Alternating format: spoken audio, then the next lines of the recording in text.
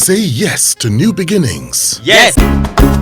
Say yes to new beginnings. Yes. Say yes to... What would you say was her strongest point?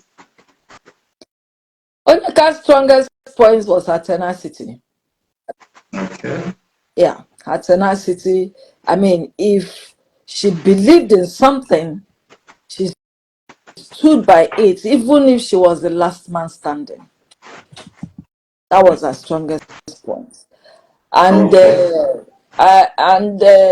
again will be woven around her faith in God.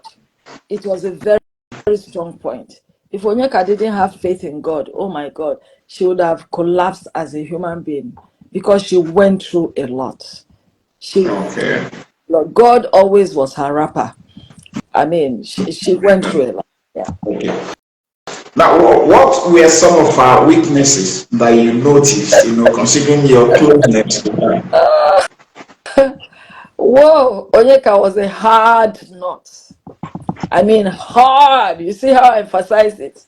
She was a hard nut. A lot of people ask me, how do you cope with this lady? I said, well, maybe I have some of those, but Onyeka was hard. And that resonated in a lot of our relationships, If you didn't understand her, you would think that she's quarrelsome, And but again, when you are self-made, there are things you don't approve of, and there are things you don't accept, because you believe that you've come this far through your hard work, and you will not allow anybody to mess you up. So in trying to protect herself, in trying to make sure that nobody messed her up in any way, she had this facade, that was so hard. Some people saw her as proud, some people saw her as a troublesome person. So I would say her being hard was actually her weak point. Another weak point, which is positive, but it was also a weak point. She was generous, She was generous to some point. I mean, if she loved you, she loved you, and but that doesn't come so easily anyway. I mean, she didn't allow. But the one I found, what that worried me, that we always quarreled about, she was too close. She was too close. A lot of people wanted to come close to her, love her, share in her joy. For instance, I'll give you an example. We were seated there. I think we normally went out to eat and all that. And a young lady walked in and started taking pictures with her, taking pictures, and she said, "How dare you?" And the way she said it, even I said, "What happened?" She said, "Can you imagine? If you want to take my photograph, you take permission. You tell me." I said, "Madam, calm down. People do this. It's an endorsement. I don't need her endorsement, So what?" So she was such a close person, and that didn't allow a lot of people to come into her world. I would say that Okay. some might see it as a weakness, some might also see it as a strength, Oh, all right. Now, did both of you at any time, have any major misunderstanding? And if yes, how were you able to finally For pattern it all? 44 years, oh my God. If you read her book, I think she mentioned in that book, she tell you that Nkechi will call a spade a spade. And Onyeka will call a spade a spade. So for two people who call spades spades, you will know that it's always fighting. We're always fighting and we're always reconciling. Are they major? Some are major, some are minor. But it's like, oh yes, we have kept my list for 3 months, 6 months, 2 days, and the next thing, hello, I don't know what you're doing. Join me in so. I say, I'm not coming. I say, well, that's your business. Then I will just get ready and I say, I know you will come, So there were no third parties between us. We made up our quarrels. We're two highly intelligent human beings. So that in itself was a problem because he will not put me down easily and I will not put her down easily. Let me give you an example. We went to Amici and somehow, well, I won't name names.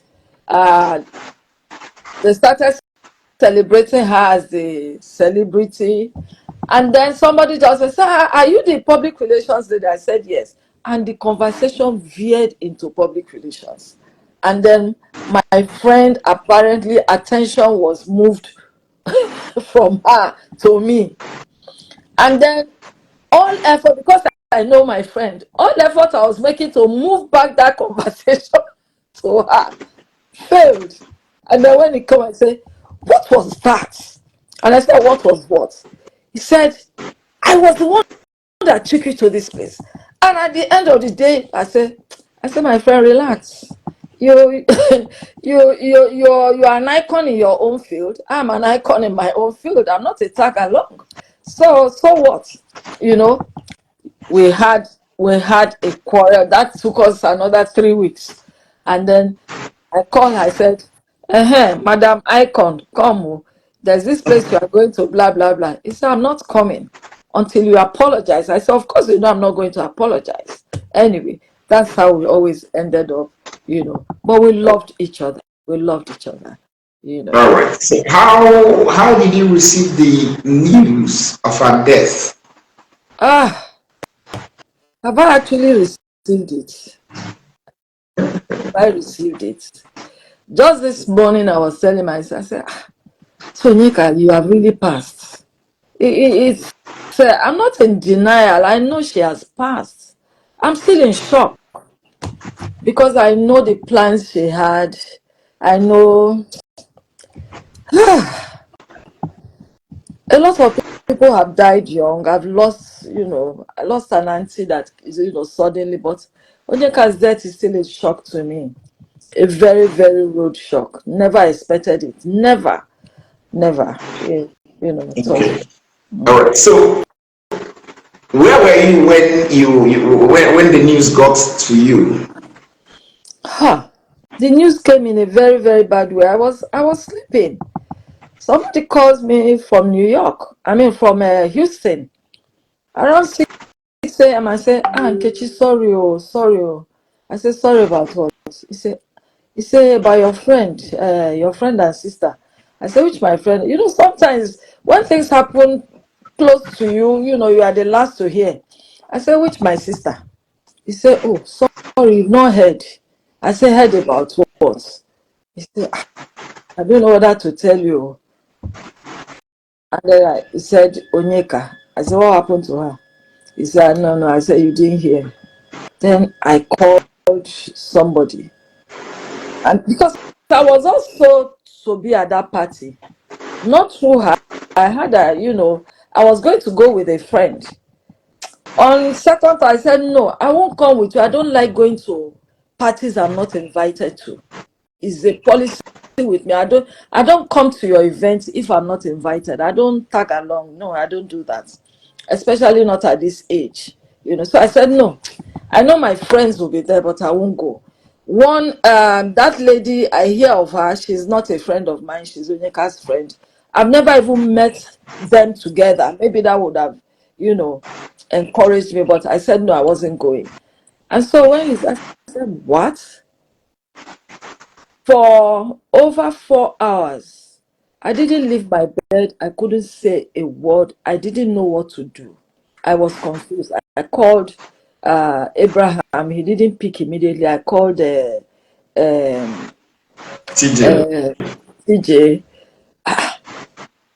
Nobody responded. I said, could it be true?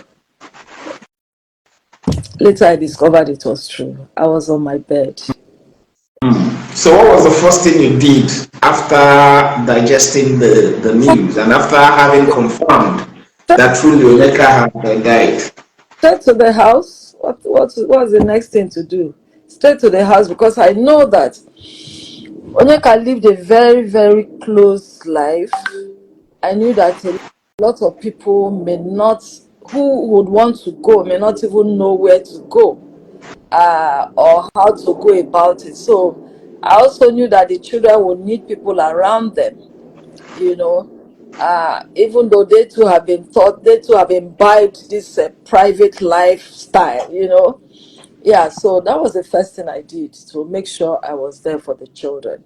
And No. of course, there were so many, about a handful of us, people like Uri, Edwin, Nneka Soluka, Azu Arinze, John Momo, Obi Asika, we were the first few people that came round, and we were going there every day anyway because we needed to be there.